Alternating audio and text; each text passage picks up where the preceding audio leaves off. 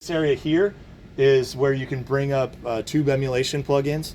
So if you wanted to put some tubey yumminess on an input, you can do it here. So if I hit recall, then that will bring up this dual stage valve plugin. I do need to turn it on. There's an on and off power switch here. And then I've got all these settings. This probably looks like a guitar pedal kind of thing to you, and it is similar to that. And you could use this to be just subtle warming, but you could take it all the way up to Thrasher metal distortion on this microphone if you wanted to, if you really nail the gain on it. An analog input or digital as well? Any inputs, doesn't matter. Yeah, this comes after all of that. So yeah, you can add this to any of your inputs. If you want, you can just turn it off and it will stop working. But if you want to actually get rid of it, you need to call up the library with the library button and then choose no model and then recall, and then it will actually go away. Like I said, you can just turn it off, but if you want to get rid of it, there's no limit of how many you can use, so you don't have to worry about running out or anything like that. And this does not add any latency or change your phase relationship, so there's no caveats or side effects of using these. You can only use one of those modules at a time, or you can use two of them? In this, it's just one at a time. There's only one slot here. Okay. So we have other places to put other preamps that we'll see as we go along, or other plugins, not preamps, sorry, other plugins. But yeah, in here it's just one thing per channel.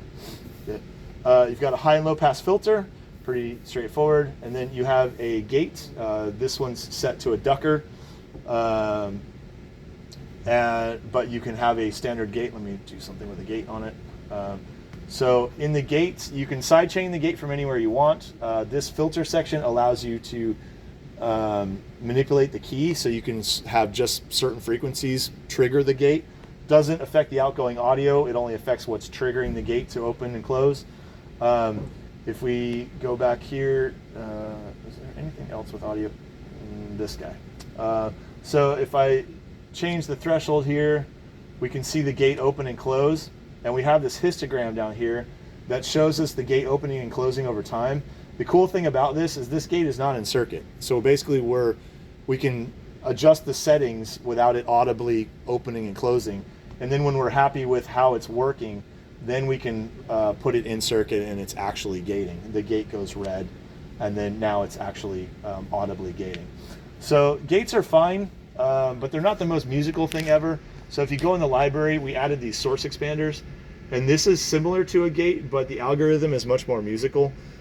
So a lot of people will use these on headset mics and things like that where they have gain before feedback issues.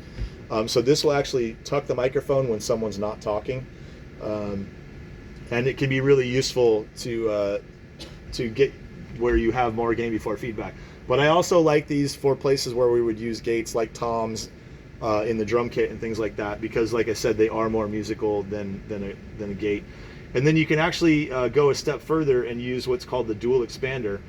And this is a two-stage gate or a two-stage. So the idea with this is you've got two thresholds. So the lower threshold is for when the stage is very quiet and you have very little tolerance for noise floor, where you can hear everything because the room's quiet. Then you can go below the lower threshold and then have a deep depth, a lot of gain reduction. The problem with having that much gain reduction is that when it has to open, it has a long way to travel, and it can be audible. It can be very dramatic as it opens. So what you can do here is have the lower threshold, and then when there's more noise in the room, more ambient noise in the room, you can tolerate more noise floor. So you go above that lower threshold and it softens the depth, so that when it goes above the upper threshold and fully opens, it has less to travel and it sounds much less dramatic. So these are really nice for toms, all kinds of things where you need, or if you have a keyboard that, sometimes you have a keyboard that's buzzing and you can't fix the buzz, so you put a gate on it, but it's going to be very difficult to have it open and close. So you can use this. It makes it a lot smoother. So try that out. In the insert path, you can go out of the mixer and back to anything you want. You don't have anything like that. So the best thing to put in here is the Dyne 8. This is a really great tool. This is 4 bands of multi-band compression leading into 4 bands of dynamic EQ. If you're not familiar with these, they're really great tools. If we look at the regular compressor, they're fine, but the thing is that we have one threshold, and whichever frequency it is, doesn't matter what frequency it is, whichever frequency is loudest, it's going to trigger compression across the entire frequency range. So it's a very blunt instrument. It's not very focused. So what we can do is use a multiband compressor. So if I touch up top here, or if I touch multiband, it's going to bring that up. Basically what I have here is 4 compressors. And what we're doing is saying, okay, purple guy, you're only listening in this area, and if the threshold triggers, you're only going to compress in that area. And teal guy, you're only listening here, and you're only compressing in that same area. So basically you have 4 compressors, and they're frequency specific. So, and I can use my finger to move these around. So I can decide which area I want these to focus in on. So I can have this one compressing here. Let me have to go way down with the threshold. And then this one up here is doing a completely different task.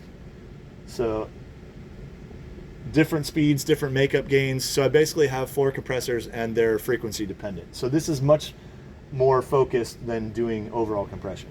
And it also, by doing this, leaves our overall compressor to do a more gentle task where we're just kind of controlling dynamics softly instead of trying to correct things that we're doing in here. And then we also have a dynamic EQ. So we have the parametric EQ. If I do something like that, which number one doesn't work very well, boost EQ doesn't work great, but if I did something like this, that's really drastic. And also, that cut is going to be there all the time. So no matter what is happening with the music or the instrument, it's going to be subtracting that amount of 1K all the time, regardless of what's happening underneath. So it's not, again, not very intelligent. But if I use a dynamic EQ, I can make that exact same cut at 1K.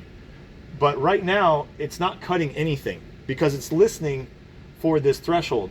And you can see that upper area, that's what it's actually cutting. And it's cutting that in response to how much of that frequency I'm getting over time. So when there's too much of that frequency, it cuts it. And when there's not too much of that frequency, it leaves it alone. So it's a lot more surgical in the way that it behaves. And the cool thing is, if I lower the threshold, the more that frequency tries to go, the more it fights back. So it's responding dynamically based on the frequency that is coming in over in real time.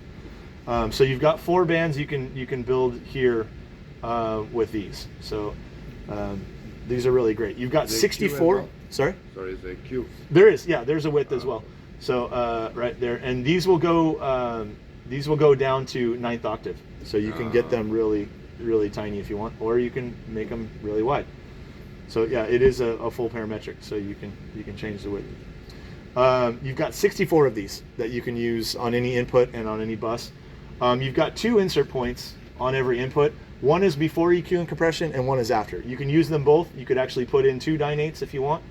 If you're having a really bad day, you can use 2. But then you still have your regular EQ and your regular compressor. In the compressor section, you've got the ability to sidechain from anywhere again. You can sidechain filter, and then you've got parallel compression. And what we're doing with parallel is that you can take some of the audio through the compressor and some of it around the compressor, and then you can control the blend of the compressed versus the non-compressed, and you can do some really fun things with these. Normally what we would do with this is that if you take a compressor and you make it squash really hard, especially on some of the old analog models, you would get pleasing harmonic distortion where it's like, or it's artifacts where it's kind of affecting the signal. The problem with that is that you have to drive the signal into like 12, 14 dB of gain reduction to do that, and then you've basically ruined the dynamics of that instrument. So you can take the dry or the uncompressed and add that back in, so you can have that cool artifact and dynamics at the same time. So it's kind of like having your cake and eating it too. So the parallel is very cool. So play around with that. You can make some fun stuff happen. You have the histogram again. So if I drive this threshold down, we can see our gain reduction over time. Again, it works even when it's not in circuit. And then the really fun thing, if we go in the library, you have a bunch of compressor models that you can choose from. Again, these are based on analog tools that are really fun. So I can have a DBX 160, or I can have the vintage 160 VU. We've got the SSL bus compressor that works on inputs and on buses. That's one of my favorites. Manual, we saw the Duckers, but you've got manual peak and manual RMS. Those are the default factory ones. They don't really have any flavor to them. They just compress. Then you can have the Valley People Dynamite. You can have the Opto. This is kind of like a mix of a bunch of different compressors. It's kind of a dream compressor. I really love this one. And then we have the LA2A. You have two different models of LA2A. If you touch the unit here, they do sound and behave a little bit differently. And then the 1176, you've got two models of that as well. So you can play around with those. The unit is switches you from the two different types. Again, you have no limit of how many of these you can use, so you can drop these on any channel. You also have these same ones on buses. So on monitors or on your main left, right, or anything like that, you can experiment with these. And then, hello. Namaste, swastiastu, good morning.